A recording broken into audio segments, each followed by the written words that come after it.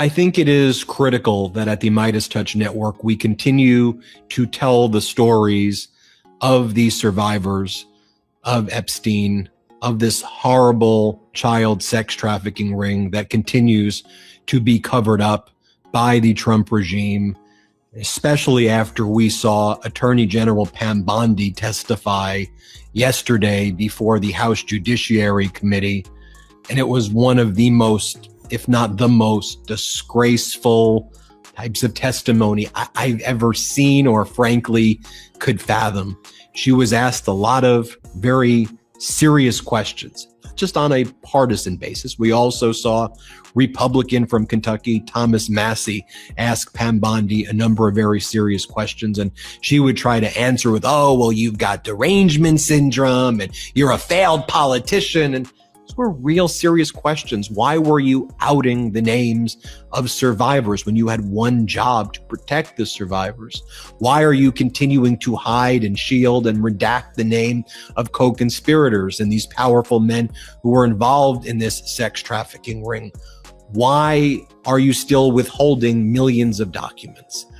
There were a group of survivors there. There were survivors watching across the country as well. And to see what Pam Bondi was doing, what I've just been hearing is it's just further re-traumatization. And what she did there just made things even worse. Now, one of the survivors who you probably have seen watching the Meidas Touch Network and clips that we've shown, because she's been very outspoken, front and center, a real leader in the survivor community, is somebody by the name of Haley Robson. Now, Haley Robson is someone who was sexually assaulted by Epstein from the years of 2002 to 2004 when she was in Epstein's orbit. We'll talk about what went down. She is somebody who has reclaimed her power from this horrific sex trafficking ring as a survivor to speak out.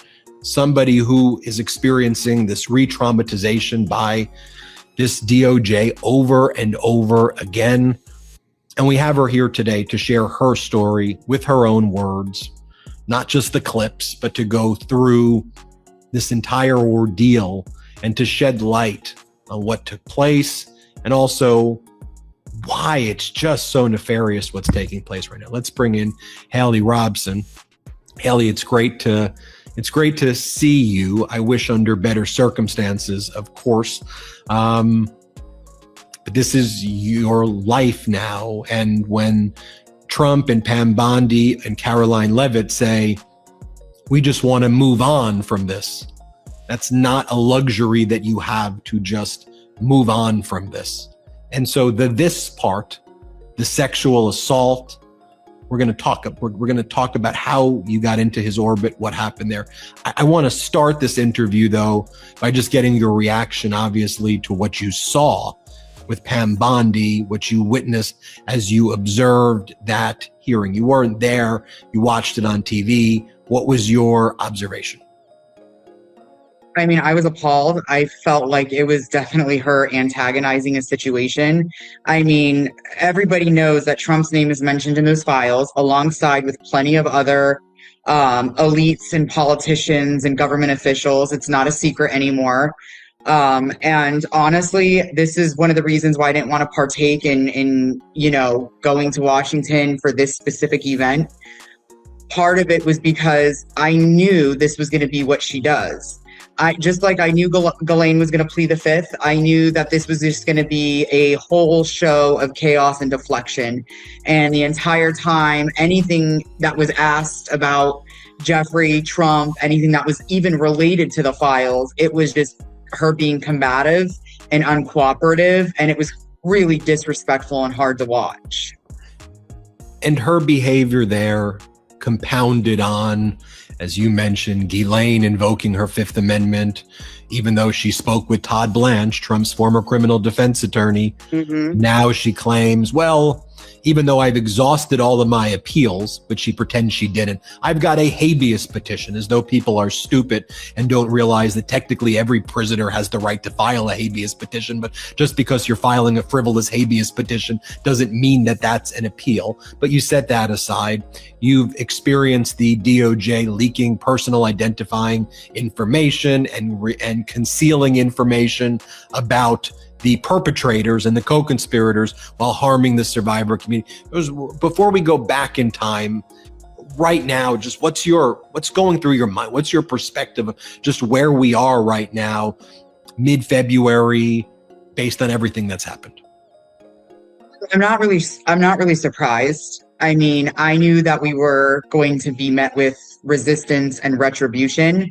I did not expect for naked photos of some of the underage girls like myself to go and be public. And I certainly didn't expect social security numbers and addresses and phone numbers to go public. I mean, I've been very, very vocal on wanting transparency. And for me, I was never protected in this investigation from the day that I cooperated. So I wasn't expecting to be redacted at this point, which I was totally vocal and fine with. But I'm hurting for my colleagues and my other survivor friends, because it's an act of war when you do this.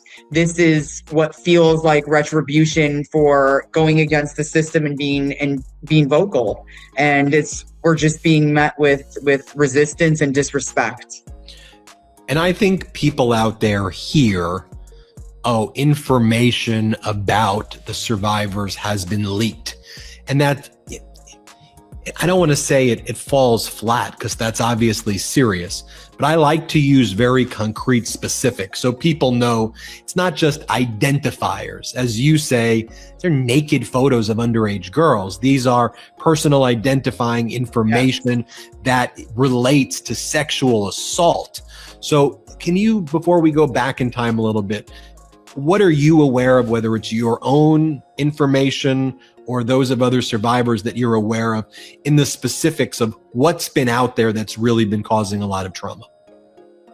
Well, I just said it. It's the naked photos or, abuse photos, really. Let's call it what it is. It's the child abuse photos that were released and leaked, that was made public, that really caused a lot of heartbreak. And just everyone was so scared, because if you have no boundary to release a photo of a child naked, and you're the government, I mean, it's just, this is why we feel it's deliberate.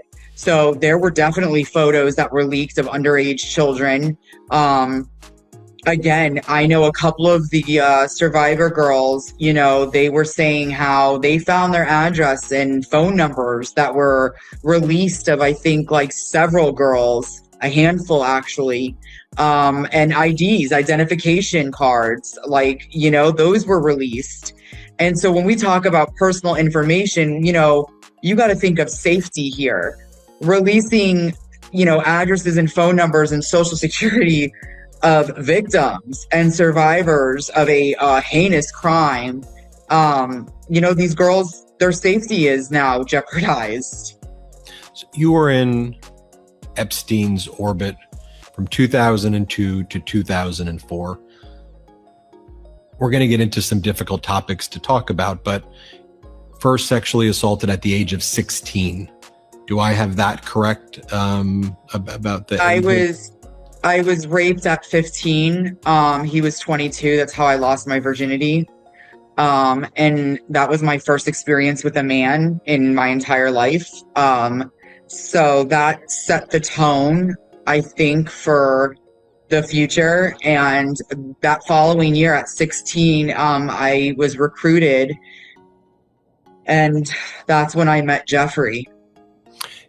And I think that aspect of it is important. I used to, when I was a litigator and I represented survivors in cases like this, often my clients had a background where they were sexually assaulted by an adult, and that was in their background, which is often used against them in the litigation to try to launch attacks on their claims and the veracity of it. And, oh, this happened here and it happened. You expect us to, that's what I'd get a lot from the defense when I would be representing survivors. But what is known is that these predators out there, they are looking for people who had a background, oftentimes where they were victimized before.